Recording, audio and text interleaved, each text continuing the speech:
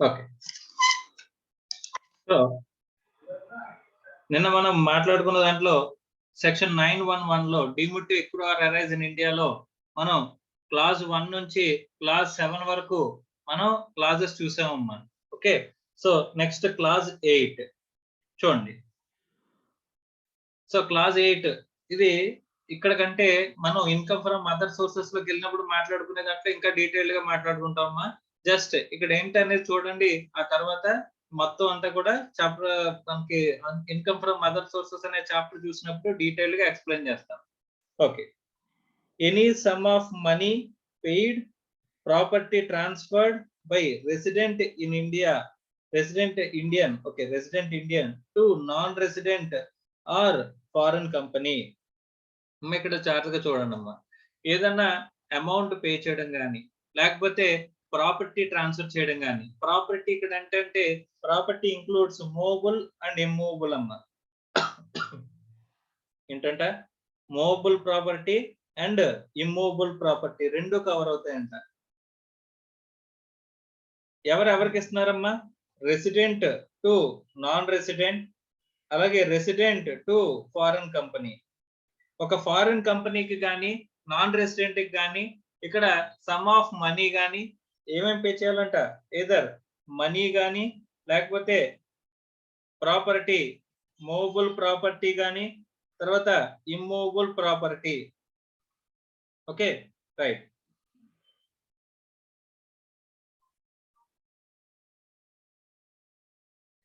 So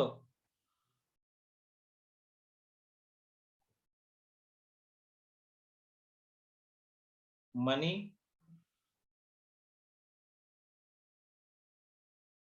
movable property,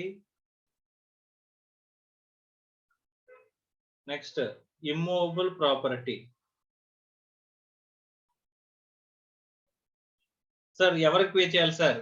resident to non resident, అలాగే resident Indian, resident Indian to foreign company. ఏదన్నా సరే వెళ్ళినట్లయితే అది ఏంటంట? మనీ కానీ మూవబుల్ ప్రాపర్టీ కానీ ఇమ్మూవబుల్ ప్రాపర్టీ కానీ. Okay. So either without consideration, ఏంటంటమ్మా? Without consideration or inadequate consideration.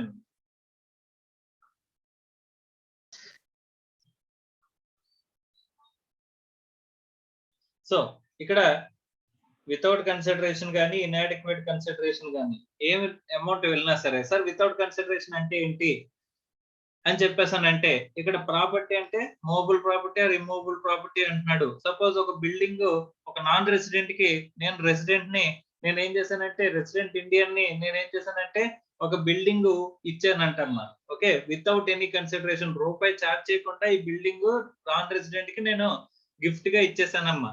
ఇక్కడ ఏమంటారు? వితౌట్ కన్సిడరేషన్ అంటే మళ్ళీ తిరిగి ఏమి తీసుకోకుండా ఇస్తున్నామంటే దాన్ని ఏమంటారమ్మా మనం? గిఫ్ట్ అని చెప్పేసి అని అంటాం. ఓకే, ఒక నాన్ రెసిడెంట్ కి రెసిడెంట్ కానీ లేకపోతే ఫారిన్ కంపెనీకి రెసిడెంట్ కానీ ఇక్కడ మనకి గిఫ్ట్ ఇచ్చినట్లయితే గిఫ్ట్ అంటే ఏంటి? వితౌట్ ఎనీ కన్సిడరేషన్ అంటే అవతల వ్యక్తి దగ్గర నుంచి ఏమీ ఆశించకుండా ఒక మనీ గానీ అంటే డబ్బులు డైరెక్ట్ గా కానీ ప్రాపర్టీ రూపంలో కానీ మూవబుల్ కానీ ఇమ్మూవబుల్ కానీ ప్రాపర్టీ రూపంలో కానీ మనం ఇచ్చినట్లయితే అక్కడ ఏమని చెప్తున్నాడమ్మా? That is taxable in the hands of the non resident. ఎలా అవుతుందంట? Deemed to accrue or arise in India కింద తీసుకోబడుతుంది అని చెప్పేసి చెప్పారమ్మా.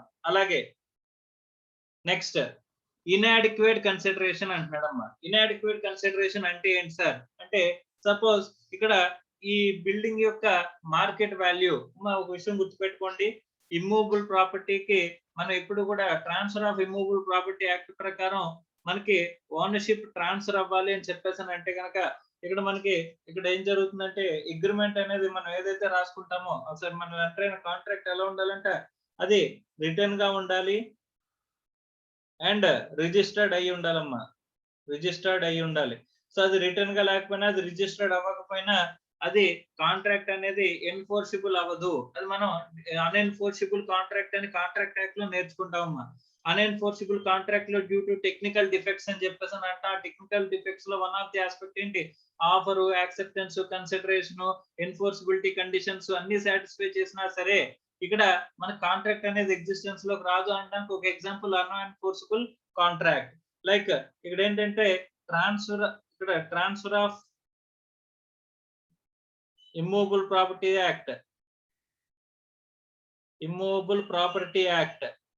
ఈ ఇమ్మూవబుల్ ప్రాపర్టీ యాక్ట్ ప్రకారం ఏంటంటే ఇక్కడ రిటర్న్ గా ఉండాలి అండ్ రిజిస్టర్డ్ అయ్యి ఉండాలంట ఆ డీడ్ అనేది. సార్ రిజిస్ట్రేషన్ చేయాలంటే కనుక రిజిస్ట్రేషన్ కి మనకి ఏమవుతుందంటే స్టేట్ గవర్నమెంట్ అండర్ లో ఉండే రిజిస్ట్రేషన్స్ యాక్ట్ అనేది ఒక యాక్ట్ ఉందమ్మా. అక్కడ ఏంటంటే స్టేట్ గవర్నమెంట్ అండర్ లో ఉంటుంది. ఇక్కడ రిజిస్టర్ ఆఫీస్కి వెళ్ళి మనం రిజిస్ట్రేషన్ చేయించుకుంటున్నప్పుడు మనం కొంత చార్జెస్ అనేవి పే చేయాలంట. దానికి ఏం చేయాలంటే చార్జెస్ అనేవి పే చేయాలంట. జనరల్ గా రిజిస్ట్రేషన్ చార్జెస్ ఎవరు పే చేస్తారు సార్, ఎవరు పే చేసుకుంటారు అని చెప్పేసానంటే రిజిస్ట్రేషన్ చార్జెస్ బోర్న్ బై ఎవరు bear చేస్తారంటమ్మా, buyer. Who buys the property will bear the registration charges. ఈ రిజిస్ట్రేషన్ చార్జెస్ బయ్యర్ బేర్ చేసేటప్పుడు ఇక్కడ వాల్యూ మీద ఒక పర్సంటేజ్ చెప్తారమ్మా. ఇప్పుడు suppose 6% is the registration charge. ఇప్పుడు ఆంధ్రప్రదేశ్ లోకి వచ్చి చూస్తే కనుక 6% ఇస్ ద రిజిస్ట్రేషన్ ఛార్జ్ అమ్మా. ఈ 6% అనేది దేని మీద అప్లై చేయాలి సార్ అని చెప్పేసానంటే ఇక్కడ value as decided by government. So for registration purposes అంటే ఇక్కడ government will decide the market value. General గా ఏంటంటే మార్కెట్ వాల్యూని గవర్నమెంట్ డిసైడ్ చేస్తుందంట. సో ఆ వాల్యూ కానీ అంతకంటే ఎక్కువ కనుక మీరు ట్రాన్సాక్షన్ చేసినట్లయితే సో ఈ మార్కెట్ వాల్యూ ఏంటమ్మా, గవర్నమెంట్ ఫిక్స్డ్ వాల్యూ. సో ఈ వాల్యూ కానీ ఆర్ మోర్ అంటే ఎందుకంటే ఎక్కువ కానీ మీరు ఎంతకైతే ట్రాన్సాక్షన్ చేస్తున్నారో, ఇప్పుడు సపోజ్ గవర్నమెంట్ ఒక పర్టికులర్ ల్యాండ్ కి వాల్యూ అనేది డిసైడ్ చేసిందంట. ఎంతని 10 lakhs అని చెప్పేసి అక్కడ డిసైడ్ చేసిందంట. కానీ మనం ఆ ల్యాండ్ ని 15 లక్షల రూపాయలకు కొనుక్కుంటున్నామంట. ఇప్పుడు రిజిస్ట్రేషన్ చార్జెస్ 6% అనేది దేని మీద పే చేయమంటారమ్మా, గవర్నమెంట్ ఎప్పుడు కూడా ఎక్కువ వాల్యూ చూస్తుందమ్మా. ఎక్కువ రెవెన్యూకి ఎవడైనా సరే డబ్బులు కావాలనుకుంటాడు. సో అలాంటప్పుడు ఇక్కడ కూడా ఏమిటంట, ఇక్కడ ఈ రిజిస్ట్రేషన్ చార్జెస్ అనేది దేని మీద క్యాలిక్యులేట్ చేస్తారంటే ఇక్కడ 6% రిజిస్ట్రేషన్ చార్జెస్ అనేవి మార్కెట్ వాల్యూ మీద మనకి క్యాలిక్యులేట్ చేస్తారంటే గవర్నమెంట్ ఫిక్స్డ్ మార్కెట్ వాల్యూ లేదా or transaction value. Suppose transaction value అనేది government fixed market value or the transaction value whichever is higher. ఏది ఎక్కువ ఉంటే కనుక ఆ వాల్యూ మీద మనకి ఏం చేస్తారంటే ఆ రిజిస్ట్రేషన్ చార్జెస్ అనేవి పే చేయమంటారు. ఈ రిజిస్ట్రేషన్ చార్జెస్ అనేవి పే చేయమని చెప్పేసి అని అంటారంట. ఈ 6% on the government fixed market value or transaction value whichever is higher. Sir ఒకవేళ ట్రాన్సాక్షన్ వాల్యూ ఇక్కడ 15 లక్షలు ఉంటే 15 లక్షల మీద మనం రిజిస్ట్రేషన్ చార్జెస్ పే చేయాలి. ఓకే సార్, సపోజ్ ఇక్కడ మనం ట్రాన్సాక్షన్ వాల్యూ 5 lakhs ఉంటే కనుక, మనం నిజంగా ట్రాన్సాక్షన్ చేసేది 5 lakhs ఉంటే కనుక ఇక్కడ గవర్నమెంట్ ఫిక్స్ చేసిన వాల్యూ ఎంతమ్మా, 10 lakhs. కాబట్టి ఇక్కడ ఎంతగా మనం రిజిస్ట్రేషన్ చార్జెస్ పే చేయాలంటే 6% దేని మీద పే చేయాలంటమ్మా, ఇక్కడ government fixed market value or transaction value whichever is higher. ఇప్పుడు ట్రాన్సాక్షన్ వాల్యూ 5 lakhs అనుకుంటే కనుక గవర్నమెంట్ ఫిక్స్డ్ వాల్యూ 10 lakhs కాబట్టి whichever is higher అంటే 10 lakhs. ఆ 10 lakhs మీద ఈ రిజిస్ట్రేషన్ చార్జెస్ 6% అనేది మనం పే చేయాల్సిన అవసరం ఉంటుంది. ఎవరు బేర్ చేయాలంట ఆ చార్జెస్, బయ్యర్ బేర్ చేయాలి. జనరల్ గా మన అగ్రిమెంట్ లో మన కాంట్రాక్ట్ లో స్పెసిఫిక్ గా రాసుకోవచ్చా sir, seller has to bear the registration charges అని మనం అగ్రిమెంట్ లో సెపరేట్ గా రాసుకోవచ్చు. కానీ ఇన్ జనరల్ నార్మల్ గా ఏమి చెప్పకపోతే కనుక who will bear the registration charges అంటే buyer will bear the registration charges. ఇది నార్మల్ కన్సిడరేషన్ లో ఆస్పెక్ట్ అమ్మా. Okay right. సో ఇక్కడ ఇదంతా ఎందుకు చెప్పారు సార్ మాకు అని చెప్పేసానంటే కనుక ఇక్కడ గవర్నమెంట్ ఫిక్స్ చేసిన వాల్యూ ఎంత అంటే 10 lakhs. ఒక ల్యాండ్ కి గవర్నమెంట్ ఫిక్స్ చేసిన వాల్యూ ఎంత చెప్పారమ్మా, 10 lakhs చెప్పారు. ఇలాంటి 10 lakhs చెప్పిన గవర్నమెంట్ వాల్యూ ఫిక్స్ చేసిన వాల్యూ మార్కెట్ లో మీకు 10 లక్షల రూపాయలు వర్త్ పలుకుతుంది అని చెప్పేసి గవర్నమెంటే చెప్తుందమ్మా. దాని మార్కెట్ వాల్యూ డిసైడ్ చేస్తుందమ్మా. అలాంటి ప్రాపర్టీని మీరు 5 lakhs కే అమ్మేశారంట. ఎంతకు అమ్మారంటమ్మా, 5 lakhs కి అమ్మేశారంట. ఎవరికి? నాన్ రెసిడెంట్ కి. సో రెసిడెంట్ ఇండియన్ ఏం చేశాడంట, నాన్ రెసిడెంట్ కి మార్కెట్ లో 10 lakhs వర్త్ ఉన్న వాల్యూ ఉన్న ల్యాండ్ ని 5 lakhs కి అమ్మేశాడంట. ఓకే, అంటే ఇక్కడ ట్రాన్సాక్షన్ ఎంతకు చేసినట్టు అంటే కనుక దాన్ని ఏమంటారంటే ఇన్అడిక్వేట్ కన్సిడరేషన్. ఏమంటారమ్మా? adequate గా ఉందా consideration? Consideration is not adequate. 10 lakhs worth of land ని 5 lakhs కి ట్రాన్స్ఫర్ చేశారు అంటే కనుక it is coming under inadequate consideration. Okay, so ఇలా inadequate consideration కనుక మనం ట్రాన్సాక్షన్ చేసినట్లయితే, తక్కువ కనుక మనం అమ్మినట్లయితే, ఈ డిఫరెన్స్ వాల్యూ ఏదైతే ఉంటుందో ఆ డిఫరెన్స్ వాల్యూ అంటే మీరు 10 లక్షల వర్త్ ఆఫ్ ల్యాండ్ ని నాన్ రెసిడెంట్ కి 5 లక్షలకే వచ్చేసింది అంటే వాడికి ఎంత బెనిఫిట్ ఉంది అందులోని? ఊరికనే ఎంత అమౌంట్ ఆఫ్ ల్యాండ్ వచ్చిందమ్మా? Value of the land 5 lakhs worth of land అనేది డబ్బులు పే చేయకుండా వచ్చింది కాబట్టి డిఫరెన్స్ వాల్యూని ఏం చేస్తాడంటమ్మా? ట్యాక్స్ చేస్తాడంట. డిఫరెన్స్ వాల్యూ, ఈ డిఫరెన్స్ వాల్యూని ఏం చేస్తాడంటమ్మా? ట్యాక్స్ చేస్తాము అని చెప్పేసి అని అంటాడమ్మా. సో ఇక్కడ ఈ రిజిస్ట్రేషన్ వాల్యూ ఏదైతే ఉంటుందో గవర్నమెంట్ ఫిక్స్డ్ వాల్యూని స్టాంప్ డ్యూటీ వాల్యూ అంటారమ్మా. ఏమంటారు? Stamp duty value. సో ఈ 10 lakhs ని మనం ఏమనుకుంటాం? స్టాంప్ డ్యూటీ వాల్యూ అమ్మా. Okay, stamp duty value. ఈ స్టాంప్ డ్యూటీ వాల్యూ ఏదైతే ఉంటుందో ఆ స్టాంప్ డ్యూటీ వాల్యూ అనేది ఇక్కడ మనకి చూసుకుంటా ఉంటామా. స్టాంప్ డ్యూటీ వాల్యూకి మనం ఏం చేస్తాం?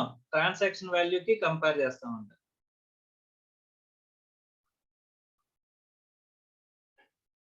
ఒకవేళ స్టాంప్ డ్యూటీ వాల్యూకి ట్రాన్సాక్షన్ వాల్యూకి డిఫరెన్స్ మనం కంపారిజన్ చేసినప్పుడు ట్రాన్సాక్షన్ వాల్యూ ఎక్కువ ఉంటే పర్లేదు, కానీ ఒకవేళ ట్రాన్సాక్షన్ వాల్యూ కంటే స్టాంప్ డ్యూటీ వాల్యూ ఎక్కువ ఉంటే కనుక డిఫరెన్స్ మనం ఏం చేస్తామంట? It is going to be treated as gift. Sir ఎందులోకి వస్తుంది సార్? ఇక్కడ గిఫ్ట్ అంటే వితౌట్ కన్సిడరేషన్ అమ్మా. కానీ ఇన్అడిక్వేట్ కన్సిడరేషన్ కనుక జరిగినా సరే, ఇన్అడిక్వేట్ కన్సిడరేషన్ కి ట్రాన్సాక్షన్ జరిగినా సరే, అందులో అయితే అక్కడ మనకి గిఫ్ట్ పోర్షన్ ఉందో ఆ పోర్షన్ ని తీసుకెళ్లి ఏం చేస్తారంట? ట్యాక్స్ చేస్తాము. దాన్ని deemed to accrue or arise in India అని చెప్పేసి అంటారంటమ్మా. ఒక్కసారి ఇప్పుడు చూడండి క్లాజ్ ఏం చెప్పారు అనేది మనం చూద్దాం. Any sum of money paid are property transferred without or inadequate consideration. Without consideration ఉంది, ఇక్కడ inadequate consideration కూడా ఉంది.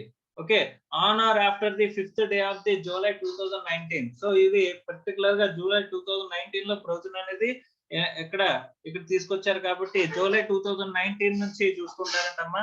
By a person resident in India to a non resident or a foreign company shall be treated as income deemed to accrue or arise in India అని చెప్పేసి అని అంటున్నాడమ్మా. అంటే non resident కి కానీ ఫారిన్ కంపెనీకి కానీ రెసిడెంట్ దగ్గర నుంచి ప్రాపర్టీ కానీ మనీ కానీ లేకపోతే మా ప్రాపర్టీ అంటే మూవబుల్ ప్రాపర్టీ కానీ ఇమ్మూవబుల్ ప్రాపర్టీ కానీ ట్రాన్స్ఫర్ అయింది ఐదర్ వితౌట్ కన్సిడరేషన్ కానీ ఇన్అడిక్వేట్ కన్సిడరేషన్ కానీ.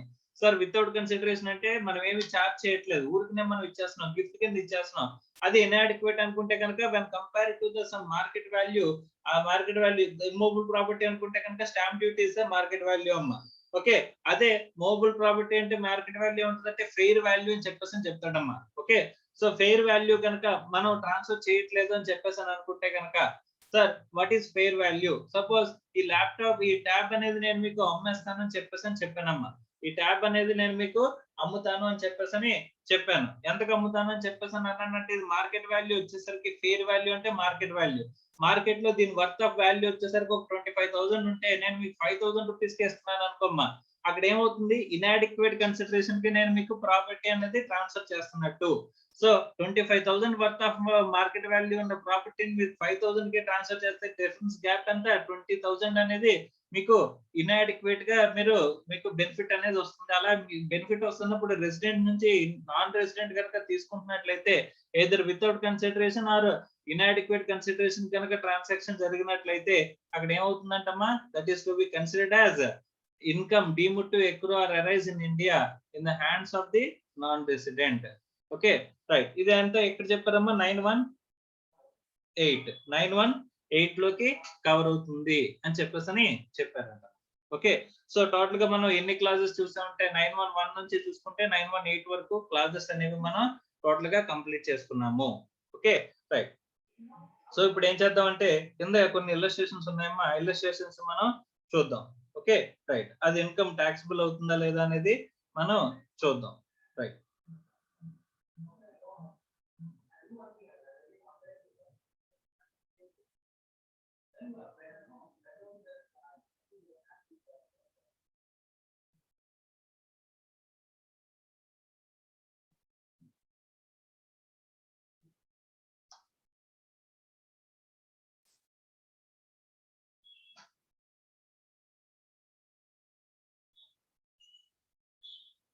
అమ్మ రమ్య,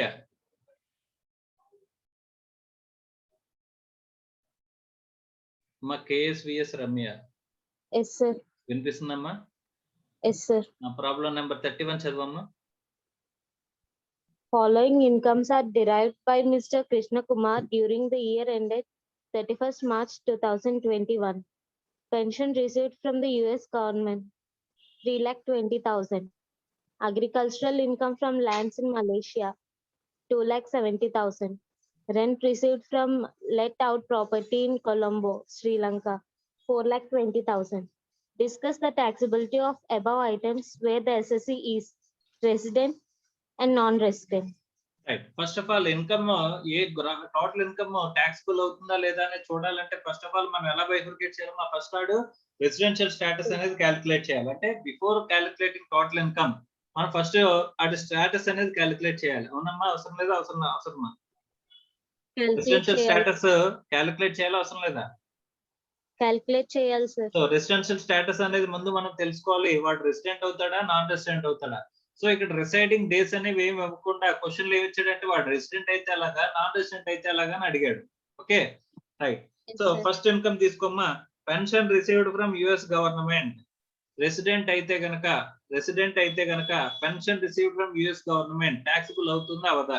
అయితే ఏ క్లాస్ ప్రకారం అవుతుంది?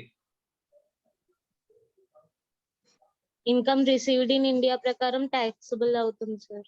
సో ఇది income received from US government. ఒకవేళ రిసీవ్డ్ ఇన్ US అనుకుంటే non taxable sir. Received in US ఎవరికి? ఒకవేళ వాడు రెసిడెంట్ అనుకుంటే టాక్సిబుల్ కాదా? వాడు రెసిడెంట్ అనుకుంటే టాక్సిబుల్ అవుతుందా అవదమ్మా?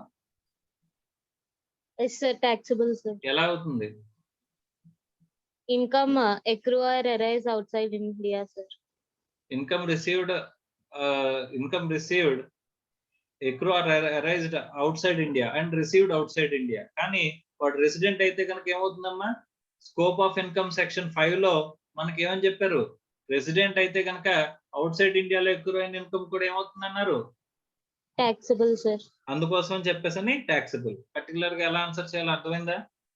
ఎలా ఆన్సర్ చేయాలి? ఇక్కడ pension received from US government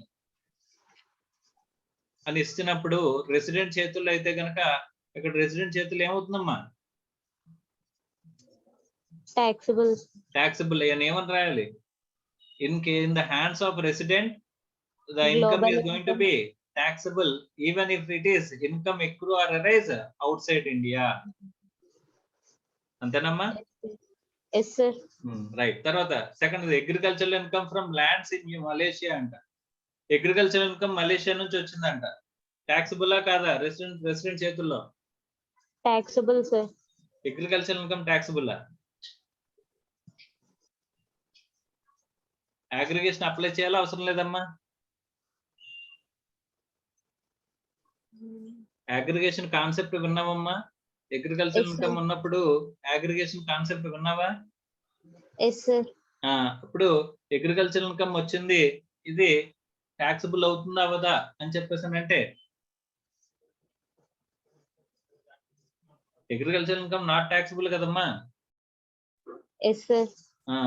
so ఇక్కడ అగ్రికల్చర్ ఇన్కమ్ ఏమవుతుంది? ఎగ్జామ్టెడ్. అంతేనా? yes sir. Is it clear or not? ఏనా మారుస్తావా? yes sir. ఎస్ సార్ అంటే మార్చినట్టు అమ్మా, అంటే కన్ఫర్మ్ చేస్తున్నట్టేనా అగ్రికల్చర్ ఇన్కమ్ ఎగ్జామ్టెడ్ అనా?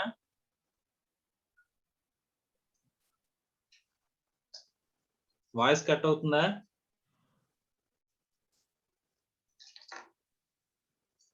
yes sir. మధ్యలో కొంచెం వాయిస్ బ్రేక్ అవుతుంది. వాయిస్ బ్రేక్ అవుతుందా? దిలీప్ నువ్వు ఆఫ్ చేసాను. Dilip Yes, sir. ఓకే. ఇక్కడ agriculture income from lands in Malaysia అని అంటున్నాడమ్మా. మలేషియాలో ఉన్న ల్యాండ్స్ నుంచి అగ్రికల్చర్ ఇన్కమ్ వచ్చిందంట. Yes, sir. సో ఆ అమౌంట్ అనేది ఏమవుతుంది? Not taxable, sir. ఎందుకు? Situated outside India, కదా sir. Agriculture income situated out side India. ఎవరి చేతుల్లో? రెసిడెంట్ చేతుల్లో టాక్సిబుల్ అవుతుందా కదా? ఇప్పుడు వాడు రెసిడెంట్ అని నాన్ రెసిడెంట్ అని చెప్పకుండా రెండిట్లో నుంచి క్యాలిక్యులేట్ చేయమన్నాడు. ఫస్ట్ మనం రెసిడెంట్ అని చెప్పేసి తీసుకుని క్యాలిక్యులేట్ చేస్తున్నాం. రెసిడెంట్ చేతుల్లో అవుట్ సైడ్ ఇండియా నుంచి వచ్చిన ఇన్కమ్ కూడా టాక్సిబుల్ అవుతుందా కదా? అవుతుంది సార్. ఇప్పుడు టాక్సిబుల్ అవుతుందా లేదా? అగ్రికల్చర్ ఇన్కమ్ ఫ్రమ్ మలేషియా అవుతుంది సార్. టాక్సిబుల్ అవుతుందా? Yes sir. Okay. Aggregation applicable అవుతుందా కదా? No sir. ఏ? అగ్రికల్చర్ ఇన్కమ్ ఇన్ ఇండియా అయితే అవుతుంది sir. Okay. Agriculture income in India అయితే గనక అక్కడ ఏమవుతుంది? అగ్రిగేషన్ అప్లికబుల్ అవుతుంది. లేకపోతే అగ్రిగేషన్ అప్లికబుల్ కాదు. ఎందుకంటే అగ్రిగేషన్ అనేది ఎగ్జామ్ట్ అయితేనే, అగ్రికల్చర్ ఇన్కమ్ ఎగ్జామ్ట్ అయితేనే అక్కడ అప్లై చేస్తాం. ఈ అగ్రికల్చర్ ఇన్కమ్ అసలే ఎగ్జామ్టెడ్ కాదు, టాక్సిబుల్. కాబట్టి ఇక్కడ టాక్సిబుల్ అవుతుంది. టాక్సిబుల్. నెక్స్ట్ చదువు. Rent received from let out property in Colombo, Sri Lanka. Rent వచ్చిందంట. ఎక్కడి నుంచి? లెట్ అవుట్ ప్రాపర్టీ ఎక్కడ? కొలంబో. ఓకే. ఇది టాక్సిబుల్ అవుతుందా అవుదా రెసిడెంట్ చేతుల్లో? అవుతుంది సార్. సో సింపుల్ గా మనం మాట్లాడుకుంటే అది ఇక్కడ రిసీవ్ అయినా ఎక్కడ రిసీవ్ అయినా గ్లోబల్ ఇన్కమ్ అనేది వచ్చేసరికి ఎవరి చేతిలో టాక్సిబుల్ అయిపోతుంది? రెసిడెంట్ చేతిలో టాక్సిబుల్ అయిపోతుంది. అదే నాన్ రెసిడెంట్ అయితే, ఈ మూడు కేసెస్ లోనే నాన్ రెసిడెంట్ అయితే అవ్వదు సార్, టాక్సిబుల్ అవ్వదు. ఎందుకంటే pension received from US government నుంచి రిసీవ్ చేసుకున్న పెన్షన్ నాన్ రెసిడెంట్ రిసీవ్ చేసుకుంటే కనుక ఒకవేళ రిసీవ్డ్ అవుట్ సైడ్ ఇండియా అని చెప్పేసి అజంప్షన్ తీసుకుంటున్నాం అమ్మాయి. ఎక్కడ తీసుకుంటున్నా అజంప్షన్? Received in US. కాబట్టి income received out side India, income accrued out side India. Income accrue or arise outside India అయితే కనుక నాన్ రెసిడెంట్ చేతులు ఏమవుతుందమ్మా? Not taxable. అలాగే agriculture income from lands in Malaysia కూడా not taxable. Rent received from let out property in Colombo in Sri Lanka అనుకుంటే కనుక అది కూడా not taxable in case of non resident. అంతేనమ్మా? అంతేనా కదా? రైట్. నెక్స్ట్ ఆఫ్ చేశాను.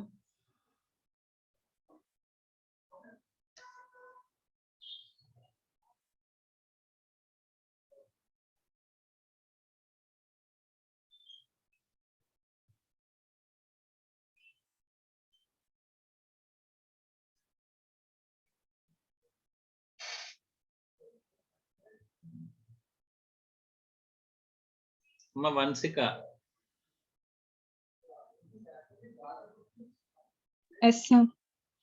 Problem number 35 చదవమ్మా. Sai Engineering Company, a Singapore-based company. 30. Okay.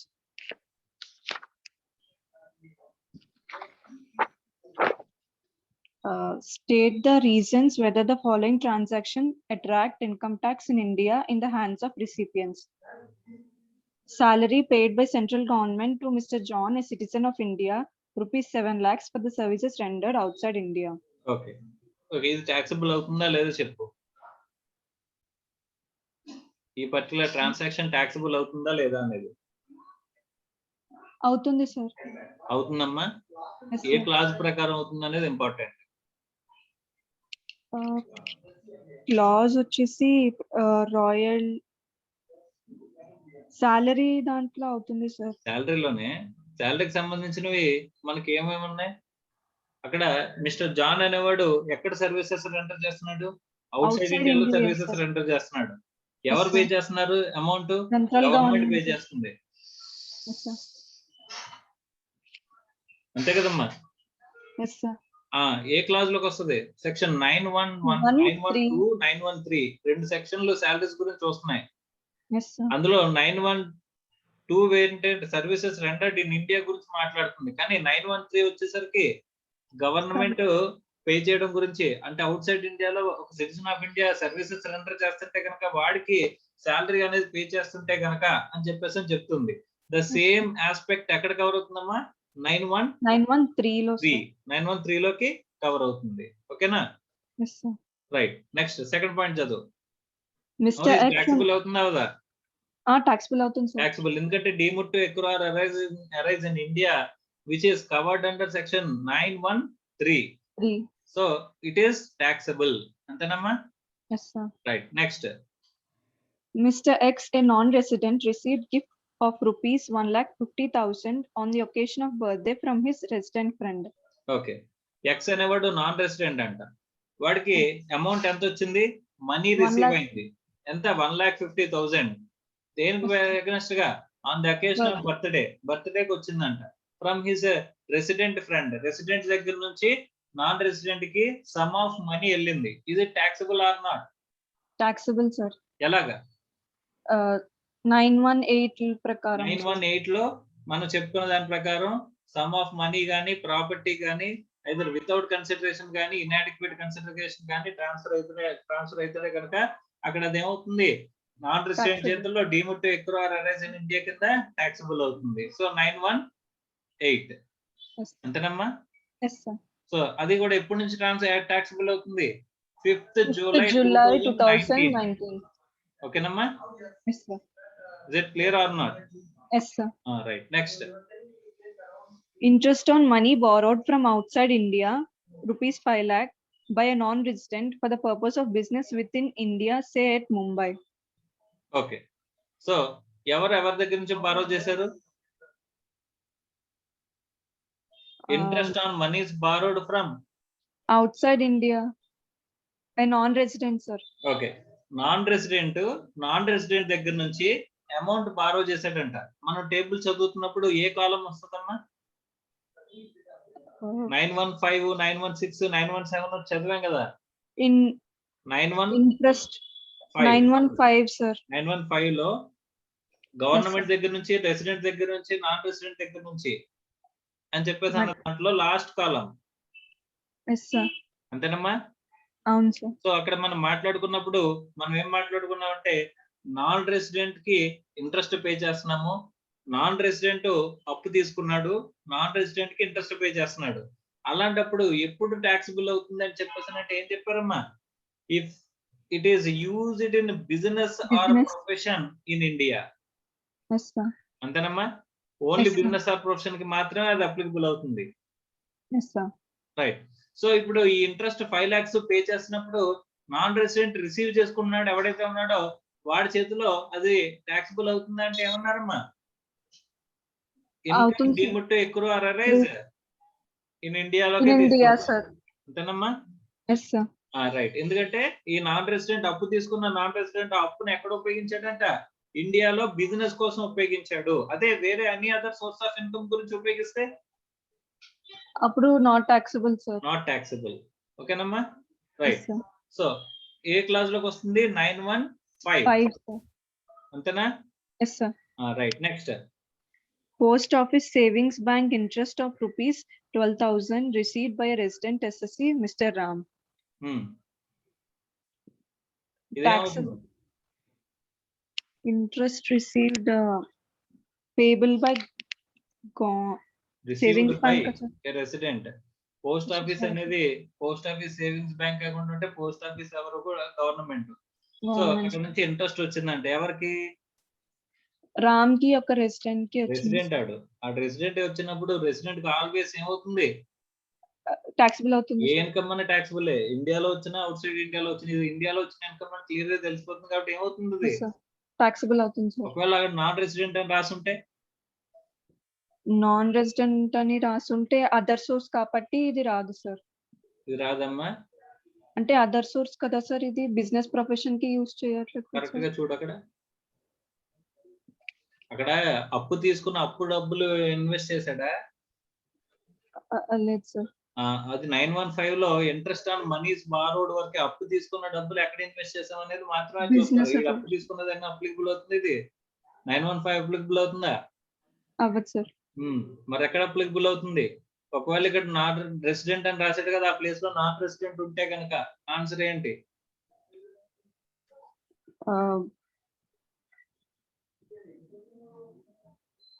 Any 911 లో income, class C, yes, source, an income, any income received through from or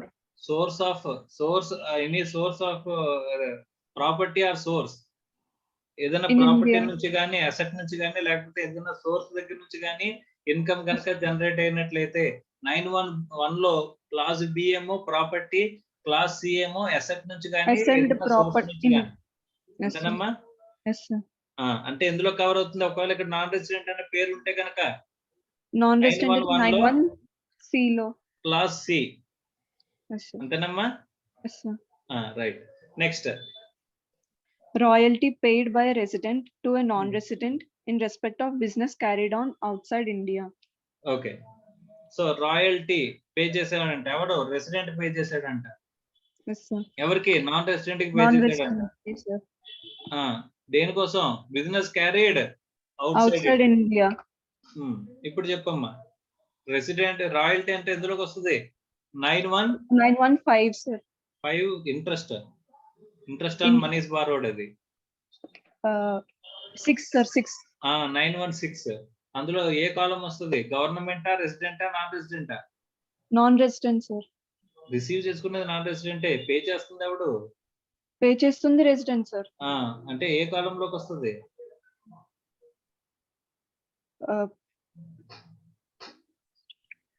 so Second column, sir.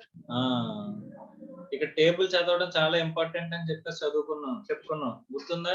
ఇక్కడ చూడు, Yes, sir. Screen మీద కనిపిస్తుందా? Resident అని చెప్పేసి ఎవరు pay చేస్తున్నారు? Resident. ఎవరికి పే చేస్తున్నాడు? నాన్ రెసిడెంట్ కి. అప్పుడు ఇక్కడ రాయల్టీ అంటే 916 లో ఇక్కడ సెకండ్ కాలం అనేది అప్లికబుల్ అవుతుంది. అంతేనా? Yes, sir. ఇప్పుడు అది టాక్సిబుల్ అవుతుందా లేదా చెప్పు. అక్కడ కేసు Taxable అవుతుంది, sir. టాక్సిబుల్ అవుతుందా? కరెక్ట్ గా Yes, చూడు. అక్కడ బిజినెస్ ఎక్కడ పెట్టాడు? Outside India. అక్కడ అవుట్ సైడ్ ఇండియాలో బిజినెస్ కి మనం రాయల్టీ పే చేస్తున్నట్లయితే రెసిడెంట్ చేతిలో టాక్సిబుల్ అవుతుందా? నాన్ రెసిడెంట్ చేతిలో రిసీవ్ అయినప్పుడు రెసిడెంట్ పే చేసినప్పుడు అమౌంట్ టాక్సిబుల్ అవుతుందా అంటే డూ అన్నాడు. డూ అంటే పైన ఏం చెప్తే అదే అని చెప్పేసాను. అవునా కదా? ఇక్కడ స్క్రీన్ మీద కనిపిస్తుందమ్మా. Yes, sir. Do. ఆ పైన ఉన్నది ఏదైతే ఉందో అదే ఇక్కడ అప్లికబుల్ అవుతుందని చెప్పినట్టు. అక్కడ ఏం చెప్పాడు? Deemed to accrue or arise in India. Normal గా అయితే deemed to accrue or arise in India అవుతుందంట. Except when it is used for a business or profession carried outside India or for any other source of income outside India అని అన్నాడు. అంటే ఈ except అనేది అయితే ఉందో అది కవర్ అవ్వదు. అంతేనా? Yes, sir. ఇక్కడ బిజినెస్ అనేది ఎక్కడ ఉంది? Outside India ఉంది, sir. సో అలాంటప్పుడు ఏమవుతుంది? అవ్వదు, sir. కవర్ అవ్వదు. కాబట్టి నాన్ రెసిడెంట్ చేతుల్లో ఈ రాయల్టీ అనేది ఏమవుదమ్మా? Taxable అవ్వదు, sir. మరి ఎందుకు టాక్సిబుల్ అవుతుందన్నో? నెక్స్ట్, అర్థమవుతుందమ్మా ఎలా చదవాలో? Yes, sir.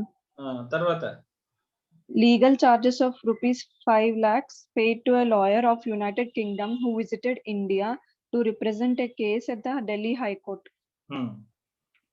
ఏమవుతుంది ఇది? 917 లో వస్తుంది, sir. ఏం fee for technical services? sir. కానీ ప్రొఫెషన్ లాయర్ అనేది ప్రొఫెషన్ కదా. వాడు ఎక్కడికి వచ్చి రిప్రజెంట్ చేశాడు? ఇండియాకి వచ్చి రిప్రజెంట్ చేశాడు. ఇండియాకి వచ్చి రిప్రజెంట్ చేశాడు. ఇండియాకి వచ్చి రిప్రజెంట్ చేసినప్పుడు ఏమవుతుంది? టాక్సిబుల్ అవుతుంది, సార్. టాక్సిబులే. టాక్సిబుల్ అని అర్థం అవుతుంది. ఏ క్లాస్ ప్రకారం? 917, సార్. 917 అంటే ఏంటిది? Fee for technical services. Technical services లోకి వస్తుందా? అది actually profession, lawyer profession. Lawyer profession అమ్మా. ఇది డైరెక్ట్ గా ఎందులోకి వస్తుంది? Income accrue or arise in India. ఎందుకంటే సర్వీసెస్ ఇండియాలో రెండర్ చేసాడు. ఇండియాలో సర్వీసెస్ రెండర్ చేసినప్పుడు ఆటోమేటిక్ ఏమవుతుంది? ఇండియాలోనే టాక్సిబుల్ అవుతుంది, సార్. అంతే కదమ్మా. ఇండియాలో సర్వీసెస్ రెండర్ చేస్తే కనుక అది income accrue or arise in ఇండియాలోకి వచ్చేస్తుంది. Deemed to accrue or arise in ఇండియాకి వెళ్ళక్కర్లేదు అది. ఓకేనా? Yes, sir. Deemed technologies in ఇండియాలోకి వెళ్తే నువ్వు క్లాసులు ఎత్తుక్కోవాలి. Okay, sir. కానీ ఇక్కడ క్లాసులు ఎత్తుకోవాల్సిన అవసరం ఉందా? లేదు, sir. అర్థమైందమ్మా? Yes, sir. Is it clear or not? Yes, sir.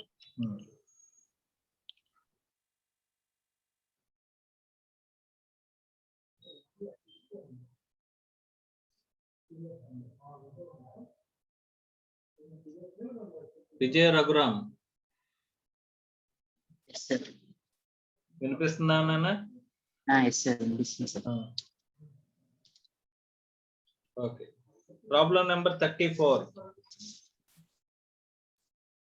Yes, sir.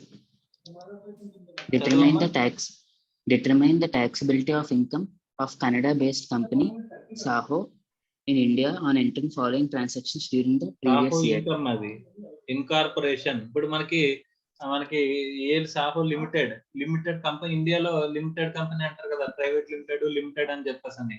Yes, sir. అదే అదర్ కంట్రీస్ లో ఐఎన్సి అంటే ఇన్కార్పొరేషన్. ఇక్కడ లిమిటెడ్ అలాగా, అక్కడ ఐఎన్సి అలాగా. ఓకేనా? Yes, sir. First one, rupees 10 lakhs received from an Indian domestic company for providing technical know-how in India. Taxable, sir. ఎలా taxable అవుతుంది? ట్యాక్సిబుల్ అవుతుందని అందరూ చెప్తారు, కానీ ఎలా ట్యాక్సిబుల్ అవుతుంది? Any income రాజు dividend. ప్రకారం 10 lakhs received from Indian From domestic Indian company domestic. for providing technical know-how in India. Technical know-how provide చేసినందుకు మనకి 10 lakhs వచ్చిందంట. Sir, technical services payable by the government 917. What is technical know-how? It's an intangible property అమ్మ.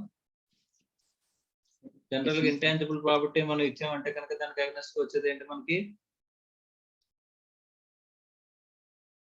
Income received technical. Royalty వస్తుందమ్మా. Oh, yes, sir. ఓకేనమ్మా? మనం technical నోహౌ అంటే general గా మనకి ఉండేది ఏంటంటే the thing is intellectual property or intangible property. So intangible asset ని మనం ట్రాన్స్ఫర్ చేస్తే మనకు వచ్చేది ఏంటి? రాయల్టీ. ఆ అమౌంట్ వచ్చింది received from resident. Okay. Sir. Taxable అవుతుందా లేదంటే? Taxable, sir. Yes, taxable. ఎందుకంటే ఆ నోహౌ ఎక్కడ వాడాడు? ఇండియాలో వాడాడు. అంతే కదా? Yes, sir. Right. Next second one. Sir, technical know-how అంటే asset అన్నారు కదా సార్, అలాగే తీసుకోవాలి sir. Intangible asset. Yes, sir. దాని మీద రాయల్టీ వచ్చింది. ఓకే. Yes, sir. ఏ క్లాస్ లో కవర్ అవుతుంది? 916. 916 లో రెసిడెంట్ దగ్గర నుంచి డబ్బులు Right. వచ్చాయి, నాన్ రెసిడెంట్ వచ్చాయి అంటే second column. Second one, sir. అప్పుడు ఏమవుతుంది? ఆ బిజినెస్ ఇండియాలో బిజినెస్ ఇండియాలో మాత్రమే అది ట్యాక్సిబుల్ అవుతుంది. taxable అవుతుంది సార్. అది ఇండియాలో బిజినెస్ కానీ క్లియర్ గా చెప్పాడు. Yes, sir. అంతే కదా? ఇండియా అన్నాడు కదా? Yes, sir. Right. Next second one. Rupees 12 lakhs from an Indian firm for conducting the feasibility study for the new project in Finland. Okay. ఎవరి దగ్గర నుంచి వచ్చేది? Indian firm. ఇండియన్ ఫర్మ్ నుంచి వచ్చింది. ఓకే. ఎవరికి వచ్చింది? నాన్ రెసిడెంట్ కంపెనీకి వచ్చింది. Yes, for sir. Conducting feasibility study for new project in Finland. Finland లో జరిగే ఒక ప్రాజెక్ట్ కి మనం టెక్నికల్ స్టడీ చేయడానికి, ఫీజిబిలిటీ స్టడీ చేయడానికి, అంటే ఆ ప్రాజెక్ట్ వర్కౌట్ అవుతుందా లేదా అనే స్టడీ చేయడమే ఫీజిబిలిటీ స్టడీ అమ్మా. Yes, sir. ఫీజిబిలిటీ స్టడీ అంటే నిజంగా అక్కడ ప్రాజెక్ట్ వర్కౌట్ అవుతుందా లేదా అనేది మన ఇండియన్ ఫర్మ్ చేయించాలనుకుంటుంది. అది ఎవరి చేత? Outside India. అవుట్ సైడ్ ఇండియాలో ఉన్న కంపెనీ చేత మనం Company చేద్దాం అనుకుంటున్నాం. అది ఎక్కడ బిజినెస్? అవుట్ సైడ్ ఇండియాలో. Outside India, sir. So not taxable taxable, అవుతుందా sir. లేదా? No, sir. Not taxable. Not taxable. Not taxable. Okay. Next. Rupees 8 lakhs from a non-resident for use of patent for a business in India. Non-resident Patent అంటే మళ్ళీ money receive చేస్తున్నారు. Intangible asset. దానికి Yes, against sir. గా మనకు వచ్చేది royalty. Royalty, sir. Taxable, sir. 9(1) next 6 ప్రకారం okay 16 lakhs from a non-resident for use of know-how for a business in Singapore. Outside India receive చేసుకున్నాను sir royalty కానీ out side India కాబట్టి not business ఎక్కడ taxable, sir. Out side ఇండియాలో out side India so not కాబట్టి taxable. ఏమవుతుంది not taxable. ఎవరి దగ్గర నుంచి వచ్చింది నాన్ రెసిడెంట్ దగ్గర నుంచి వచ్చింది నాన్ రెసిడెంట్ వచ్చింది అదే business outside India. Singapore yes sir outside కాబట్టి ఇండియా ఏమవుతుందమ్మా నాట్ ట్యాక్స్. Not taxable. నెక్స్ట్ Rupees 20 lakhs for supply of manuals and designs for the business to be established in Singapore. Okay outside India కోసం outside ఇండియాలో Sub- business మనం business non కోసం- resident outside ఇండియాలో provide చేసిన services ఇండియాతో అసలు ఏ సంబంధం లేదు. So Yes, sir. కాబట్టి ఏమవుతుంది not taxable. Income accrue arise outside India. Outside India. India కాబట్టి ఏమవుతుందమ్మా not Not- taxable, sir. Taxable. అంతేనా? Yes, sir.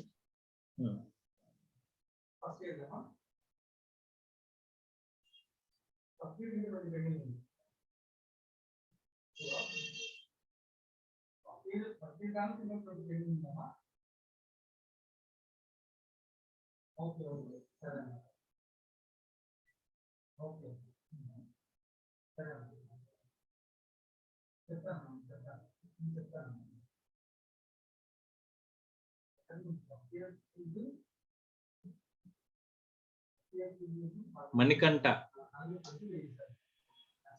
Yes, sir. మా వినిపిస్తుందమ్మా? Yes, sir. మరి నీ వాయిస్ వినిపించట్లేదు నాకు. Hello, sir. వినిపిస్తుందమ్మా నేను చెప్పేది? Interesting, sir. Problem number 32 చదువమ్మా. Sai Engineering Company, a Singapore-based company and a non-resident.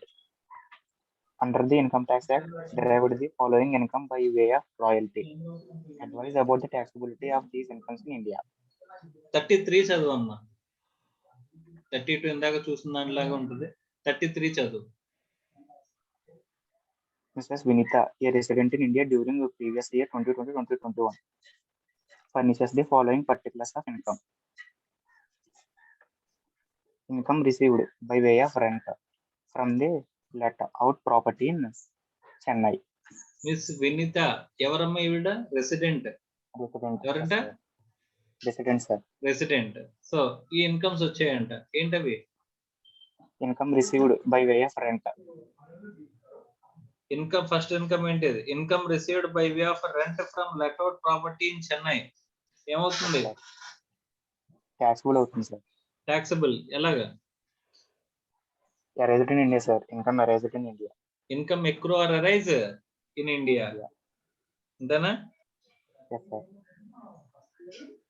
Income from agriculture. Income from agriculture land situated in Australia, received in Australia. Income from agriculture land situated in Australia, received in Australia.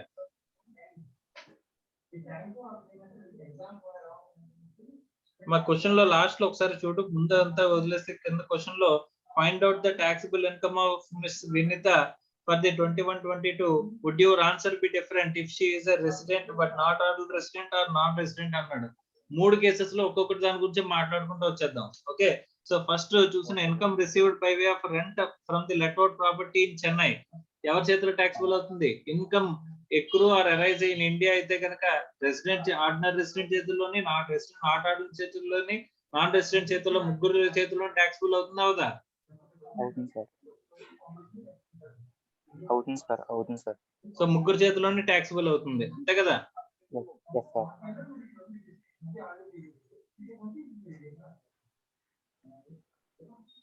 అమ్మా వినిపిస్తుందా? వినిపిస్తుంది, sir. నీ మాట నాకు వినిపించట్లేదు అసలు. నువ్వు of చేసేసావు Naidu.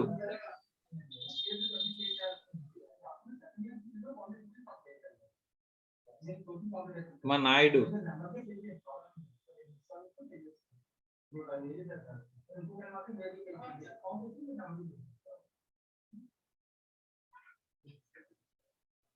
మా శివ మార్కండేయులు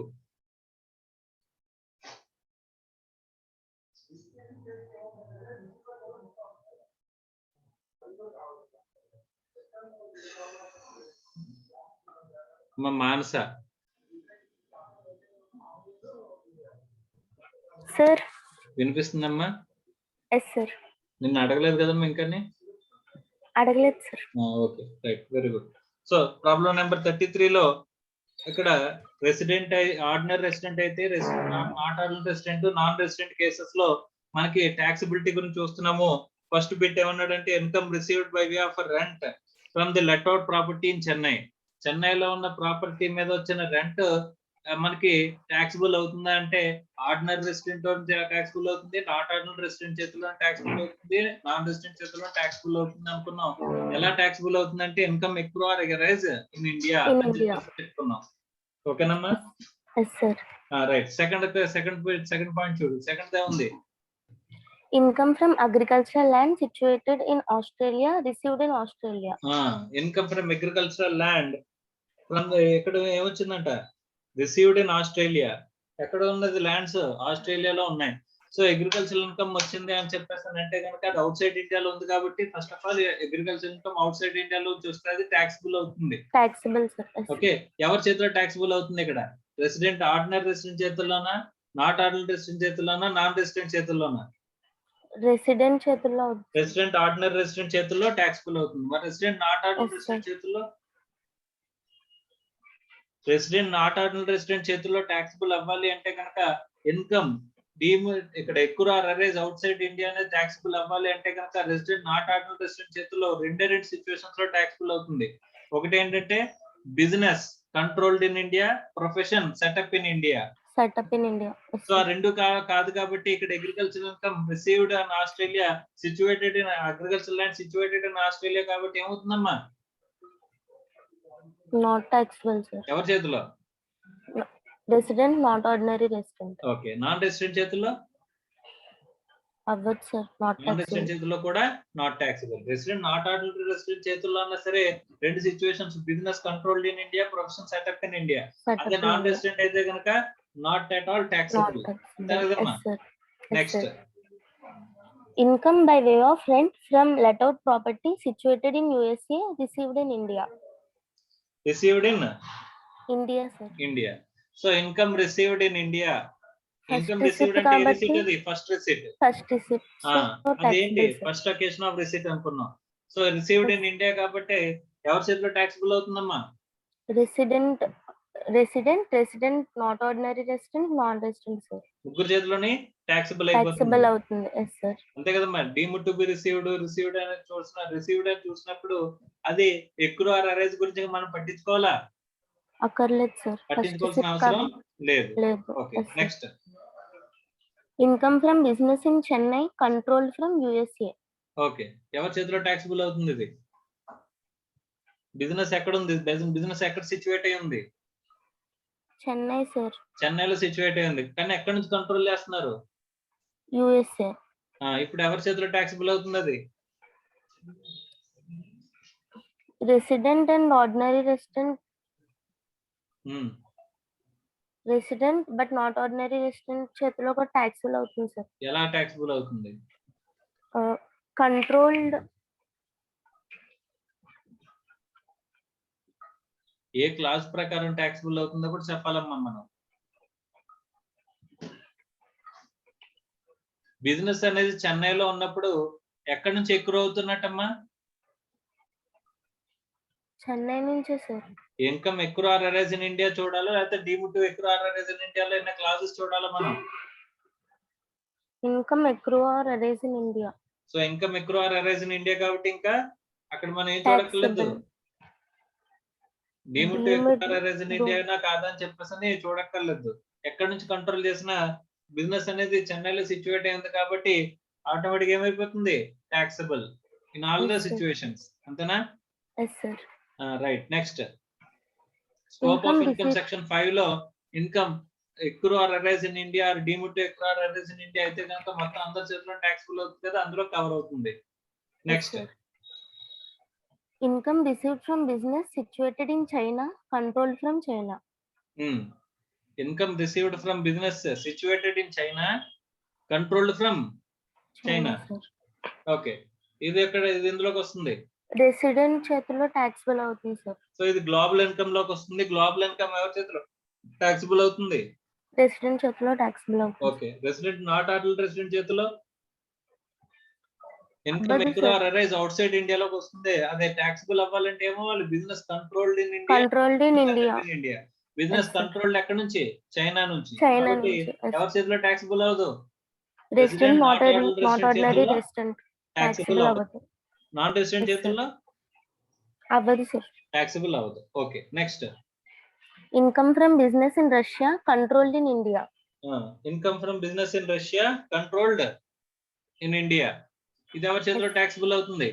రెసిడెంట్ చేతుల్లో అవుతుంది. రెసిడెంట్ ఆర్డినరీ రెసిడెంట్ చేతుల్లో ఆర్డినరీ గ్లోబల్ అవుతుంది ఇన్కమ్ అన్నా సరే టాక్సిబుల్ అయిపోతుంది.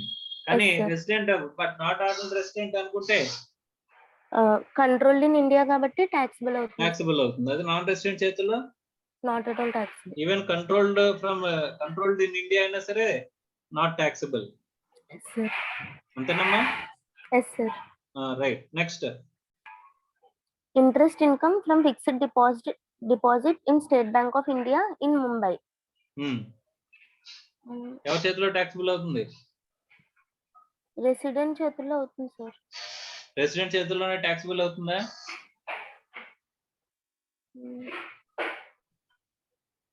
ఇక్కడ డిపాజిట్ ఎక్కడుందమ్మా? సోర్స్ ఎక్కడుంది? India India. Sir. Yes sir. Source ఇండియాలో ఉన్నప్పుడు మనకేమవుతుంది? నాన్ రెసిడెంట్ చేతుల్లో కూడా దాని మీద వచ్చే ఇన్కమ్ Taxable టాక్సిబుల్ అవుతుంది. అవుతుంది. అవునా కదా? Yes, sir. Yes, sir. 911 లో సి. Yes sir. అంతేనమ్మా? Yes sir. Yes sir. Right, అర్థమైందమ్మా? Shall we move forward? Yes sir.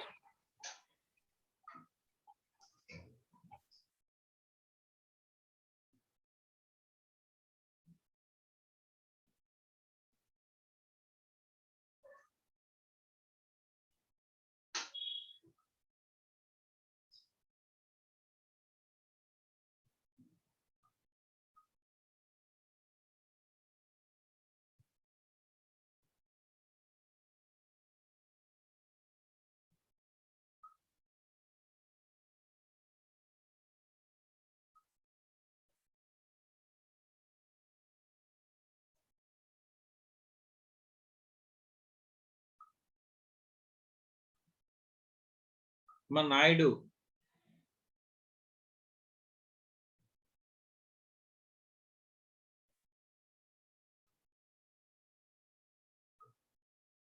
right. So this is with respect to basics of the Income Tax Act. Income Tax Act సంబంధించిన basics గురించి మనం చూసామమ్మా. So income tax లో basics మనం చూసినప్పుడు మనకి particular గా ఒక ఇన్కమ్ ట్యాక్సిబుల్ అవుతుందా లేదా అని చెప్పేసి చూడాలంటే కనుక మనం ఎక్కడ చూడాలంటే స్కోప్ ఆఫ్ ఇన్కమ్ సెక్షన్ 5 లో మనం చూడాలి అని చెప్పేసి మనం చెప్పుకున్నామమ్మా. సో ఇక్కడ స్కోప్ ఆఫ్ ఇన్కమ్ లో మనం ట్యాక్సిబుల్ అవుతుందా లేదా చూడాలంటే ముందు మనకి వాటి రెసిడెన్షియల్ స్టేటస్ గురించి మనకి తెలియాలి. అక్కడ పర్సన్ డెఫినేషన్ లో చెప్పిన పర్సన్ యొక్క రెసిడెన్షియల్ స్టేటస్ గురించి మనకి తెలియాలి. ఫస్ట్ మనం డిసైడ్ చేయాల్సిన ఆస్పెక్ట్ ఏంటంటే కనుక రెసిడెన్షియల్ స్టేటస్. ఆ రెసిడెన్షియల్ స్టేటస్ అనేది డిసైడ్ చేసిన తర్వాత మనకి పర్టికులర్ గా ఏ ఇన్కమ్ ట్యాక్సిబుల్ అవుతుంది, ఏ ఇన్కమ్ ట్యాక్సిబుల్ అవ్వదు అనేది విషయం మనకి తెలుస్తుందమ్మా. ఆ తర్వాత మనం ఏం డిసైడ్ చేయాలని చెప్పేసి అంటే కనుక కంప్యూటేషన్ ఆఫ్ ఇన్కమ్. సో మనం నెక్స్ట్ ఏంటి? కంప్యూటేషన్ ఆఫ్ ఇన్కమ్ చేయాలి. కంప్యూటేషన్ ఆఫ్ ఇన్కమ్ తర్వాత క్యాలిక్యులేషన్ ఆఫ్ ట్యాక్స్ లయబిలిటీ. మనం ఏదైతే ప్రొసీజర్ నేర్చుకున్నామో computation of income and calculation of tax liability అనేది ఇప్పటి వరకు మనం నేర్చుకున్నవన్నీ ఇన్కార్పొరేట్ చేసుకుంటే ఒక ఫార్మాట్ అనేది ఆల్రెడీ మనం మాట్లాడుకున్నాం. That is not final. So అది ఫైనల్ కాదు, ఇంకా నెంబర్ ఆఫ్ చేంజెస్ అనేవి చేస్తూ వెళ్తూ ఉంటాము. సో కంప్యూటేషన్ ఆఫ్ ఇన్కమ్ అంటే ఏంటమ్మా? టోటల్ గా మనకి ఎన్ని హెడ్స్ ఆఫ్ ఇన్కమ్ ఉన్నాయి? 5 హెడ్స్ ఆఫ్ ఇన్కమ్ ఉన్నాయి. So income from salaries, house property, PGBP and capital gains and other sources. ఈ 5 హెడ్స్ ఆఫ్ ఇన్కమ్ ని టోటల్ చేస్తే మనకు వచ్చేది గ్రాస్ టోటల్ ఇన్కమ్. సో దాంట్లోంచి చాప్టర్ 6A డిడక్షన్స్ అని చెప్పేసి ఉంటాయి. ఆ చాప్టర్ 6A డిడక్షన్స్ ని మైనస్ చేసేస్తే మనకి ఏమంటూ వస్తుందంటే కనుక నెట్ టోటల్ ఇన్కమ్ అనేది వస్తుందమ్మా. ఈ నెట్ టోటల్ ఇన్కమ్ ని మనం ఏం చేస్తామంటే we will divide it into 2 types of incomes. ఏంటంటే కనుక ఇక్కడ మనకి taxes అనేవి 2 రకాలుగా ఉన్నాయన్నమాట. taxes at normal rates, taxes at special rates. Special rates అనేవి మనకి ఇన్కమ్ ట్యాక్స్ యాక్ట్ లోనే మనకి స్పెసిఫిక్ గా చెప్పేస్తారు. అలా కాకుండా నార్మల్ రేట్స్ అనేవి మనకి జనరల్ గా ట్యాక్స్ రేట్స్ అనేవి ఎక్కడ చెప్తారు అంటే కనుక ప్రీవియస్ ఇయర్ లో ఎర్న్ చేసిన ఇన్కమ్ మీద మనం అసెస్మెంట్ ఇయర్ లో ట్యాక్స్ చేస్తాం for the tax rates specified in the finance act.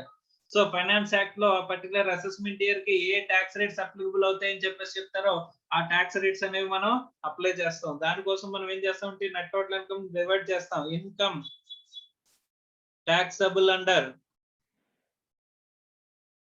normal rates and income taxable under special rates అని చెప్పేసి మనం డివైడ్ చేస్తాం. సో ఈ income taxable under special rates normal rates divide చేసిన తర్వాత మనం ఏం చేస్తాం అంటే కనుక income taxable under normal rates తీసుకుంటాం.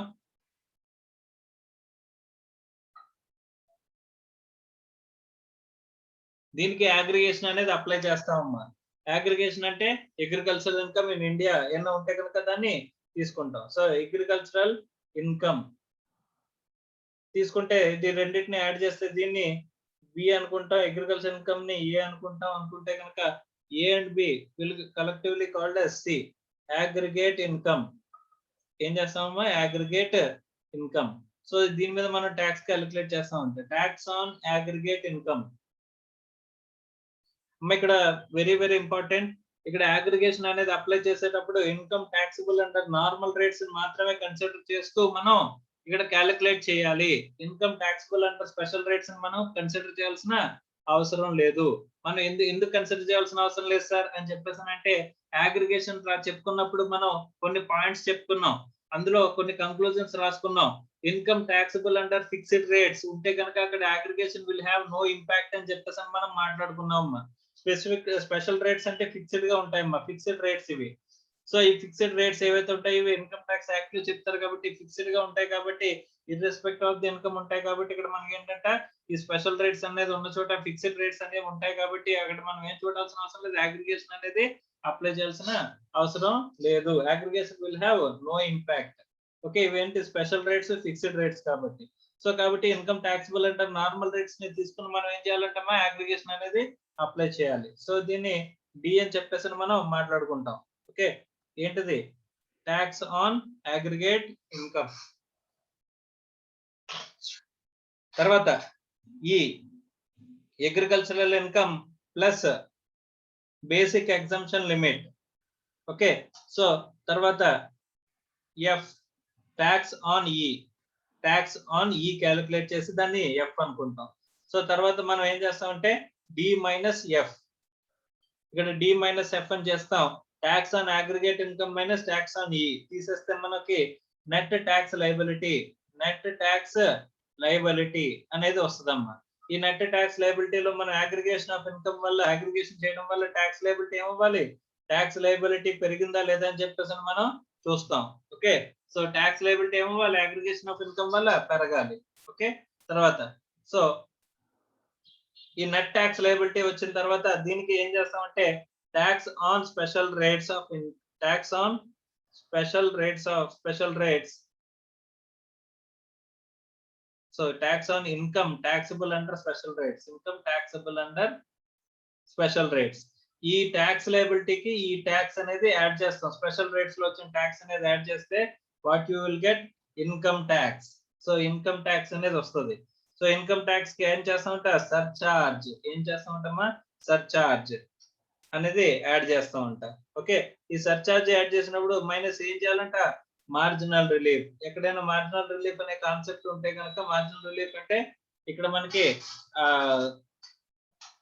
ఇన్కమ్ మీద కొంచెం పైన అంటే సర్టెన్ ఇన్కమ్ మీద కొంచెం ఇప్పుడు 5 lakhs 50 lakhs దాటితే మనకి సర్చార్జ్ పడుతుంది అని చెప్పేసి అన్నప్పుడు 50 lakhs 100 వల్ల మనకి ఎక్స్ట్రా అయినా సర్చార్జ్ ఎక్కువ పడిపోతుంటే కనుక అక్కడ మార్జినల్ రిలీఫ్ అనేది క్యాలిక్యులేట్ చేస్తాం అనుకున్నా. మార్జినల్ రిలీఫ్ పైన చేసిన తర్వాత అమౌంట్ మనం తీస్తామమ్మా. ఓకే, మార్జినల్ రిలీఫ్ క్యాలిక్యులేట్ చేయడానికి దేర్ ఆర్ స్టెప్స్ ఉన్నాయి. స్టెప్స్ మనం ఆల్రెడీ నేర్చుకున్నాం. సో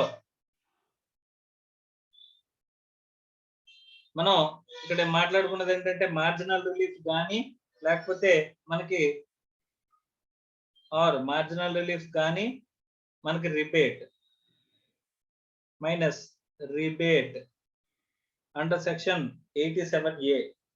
ఈ రిబేట్ అండర్ సెక్షన్ 87A అనేది మనకి ఉంటుందంట, ఇది మైనస్ అవుతుంది.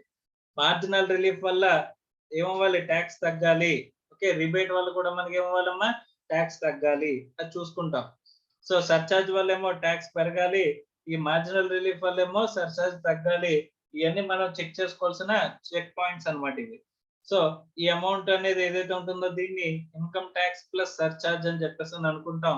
దీనికి ఏం చేస్తామమ్మా, health and education cess at the rate of 4% అనేది యాడ్ చేస్తాము. యాడ్ చేసిన తర్వాత మనకి ఏమొస్తుందంట, total tax liability, total tax liability అనేది మనకి వస్తుందంట.